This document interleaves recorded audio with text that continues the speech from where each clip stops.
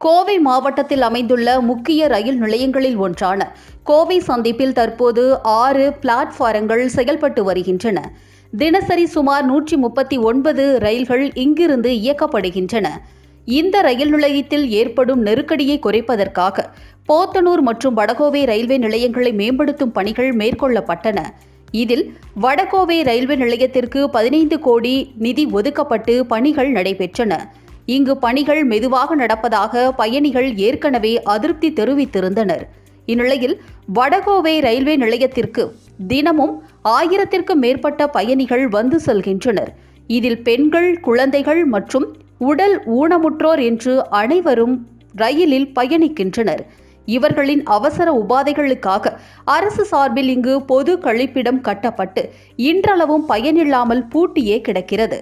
பணிகள் நிறைவுற்ற பின்னும் மக்களின் பயன்பாட்டிற்கு இன்னும் திறக்கப்படாமல் இருப்பதற்கு காரணம் என்ன என்பதே பொதுமக்களின் கேள்வியாக உள்ளது.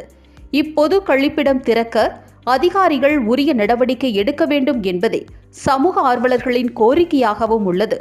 அதிகாரிகள் கவனத்தில் கொள்வார்களா? பொறுத்திருந்து பார்ப்போம்.